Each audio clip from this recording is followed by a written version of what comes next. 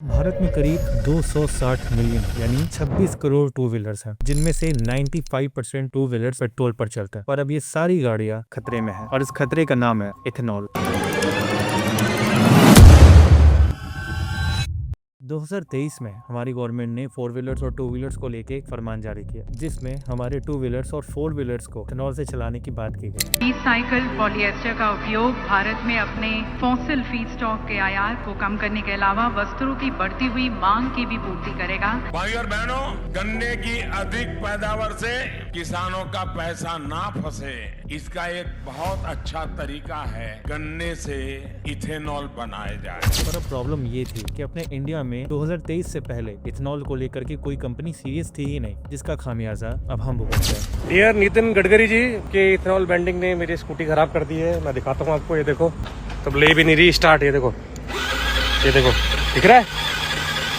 मेरी गाड़ी 2022 model Splendor है, वो कैसे चलेगी एथेनॉल मिलाने के बाद? हम नहीं चला सकते, हमें प्योर पेट्रोल चाहिए, वो भी कम रेट में। गडकरी जी, ये हो गया पेट्रोल, ये हो गया एथेनॉल और ये हो गई हमारी तरफ से गाड़ी खराब। और इसका जिम्मेदार कैसे हुए बोलते हो? खराब नहीं होता। ये हालत देखो, एथेनॉल की वजह से कार्बोरेटर की क्या क्या हालत हो चुकी है।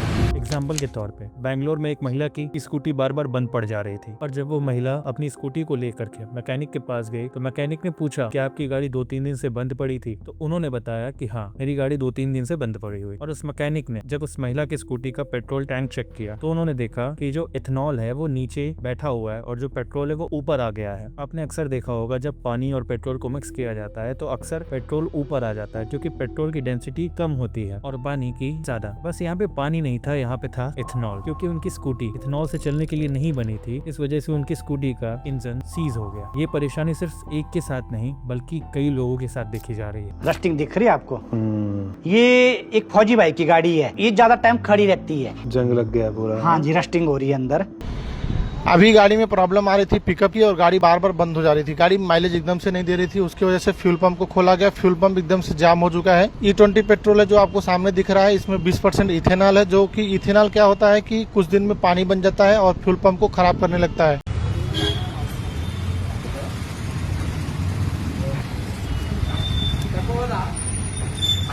ये देखो भाई लोग, इथेनॉल की वजह से देखो गाड़ियों में कैसा कैसा प्रॉब्लम आ रहा। ये देखो अंदर पूरा कैसा जमा हो गया, पूरा कचरा। ये पूरा व्हाइट जो भी है ये पानी है, गन्ने का जूस।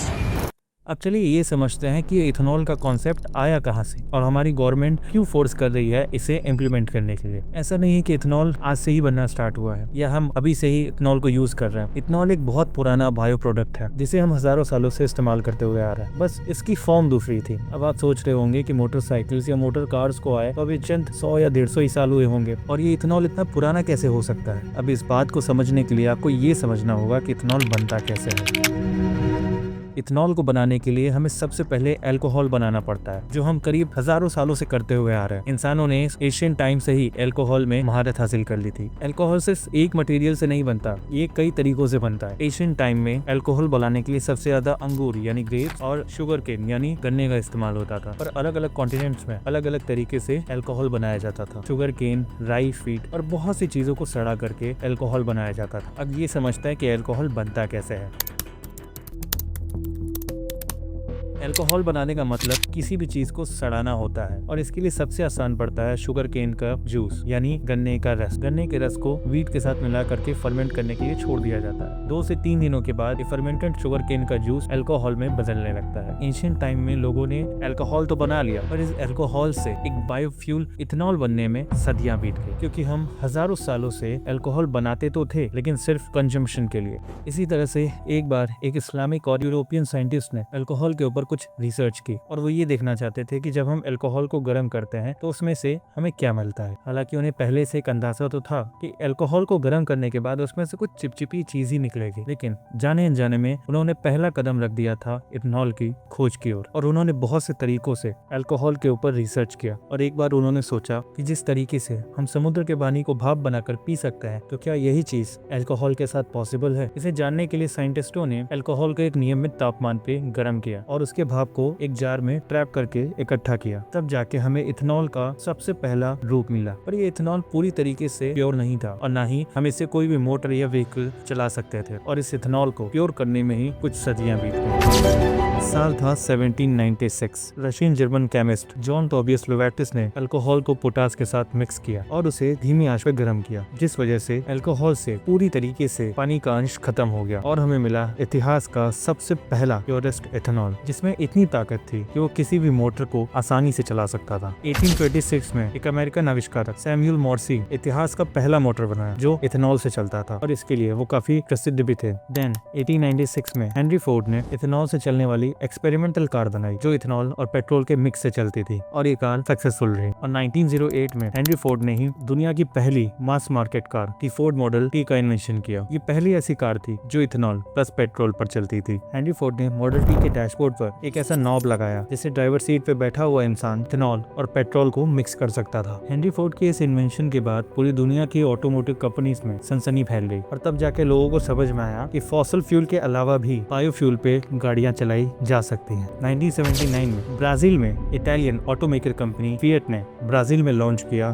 फिएट 147 और ये दुनिया की सबसे पहली कार थी जो 100% प्योरेस्ट इथेनॉल पर चलती थी और ये थी दुनिया की पहली सक्सेसफुल इथेनॉल से चलने वाली कार। पर सोचने वाली बात है, जब सालों पहले प्योरेस्ट इथेनॉल बनाया जा चुका था तो हमने इसका इस्तेमाल क्यों नहीं किया और आज इसकी क्या वजह है कि हमें इथेनॉल की इतनी जरूरत पड़ रही है।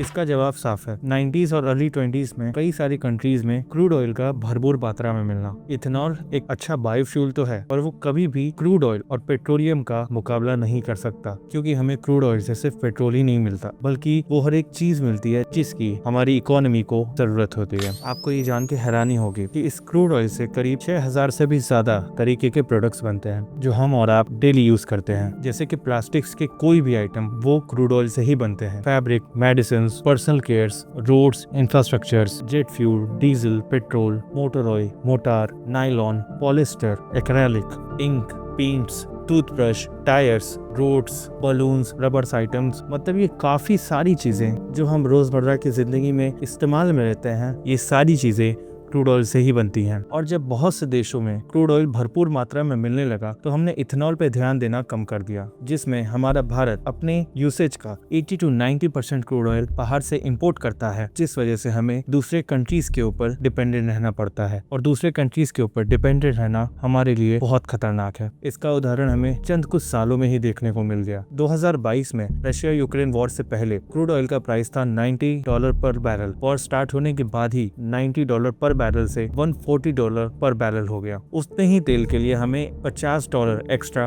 पे करना पड़ा। और अभी हाल ही में जब ईरान और यूएस का कॉन्फ्लिक्ट स्टार्ट हुआ और स्टेट ऑफ हॉर्मोन्स ब्लॉक हुआ तो पूरी दुनिया में ऑयल के प्राइसेस काफी ज्यादा हाइक हो गए, जिस वजह से हमें भी सफर करना पड़ा। मतलब कि वॉर कहीं और चल रहा है, लड़ाई कहीं और हो रहा है और उस लड़ाई से होने वाला नुकसान हमें भी होता है, और जबकि हमें उस लड़ाई से कोई लेना देना भी नहीं है, लेकिन हमें जिस चीज से लेना देना है वो हम बाहर से ही इंपोर्ट करते हैं और वो है क्रूड ऑयल। अब इसे ऐसे समझते हैं कि आपके पड़ोस में एक किराने की दुकान है और वहाँ पे एक किराने वाला आपको सामान देता है। क्योंकि उस किराने वाले की दुकान आपके घर के बगल में ही है तो आप घर से निकलते ही जाके उससे सामान ले लेते हो। इससे आपकी दो चीज़ों की बचत होती है, पहला आपका टाइम और दूसरा आपकी एनर्जी। लेकिन फिर एक दिन उस किराने वाले की किसी और से लड़ाई हो जाती है, जिस वजह से उस किराने वाले की दुकान कुछ दिनों के लिए बंद हो जाती है और समस्या यही से शुरू होती है। आपको अब वही सामान लेने के लिए अपने घर से निकलकर दूर जाना पड़ता है, जिसमें आपका टाइम और आपकी एनर्जी दोनों वेस्ट होती है। जो चीज़ आपके घर के बगल में मिल सकती थी वो सिर्फ एक छोटे से झगड़े की वजह से मिलनी बंद हो गई। इसमें सिर्फ आपका ही नुकसान नहीं हो रहा, वहाँ पे रहने वाले आपके अगल बगल के लोगों का भी नुकसान हो रहा है, जिसमें उनका टाइम और उनकी एनर्जी दोनों वेस्ट हो रही है। और इसी चीज से सीख लेके ब्राजील ने 1975 से ही अपना इथेनॉल प्रोग्राम स्टार्ट कर दिया था।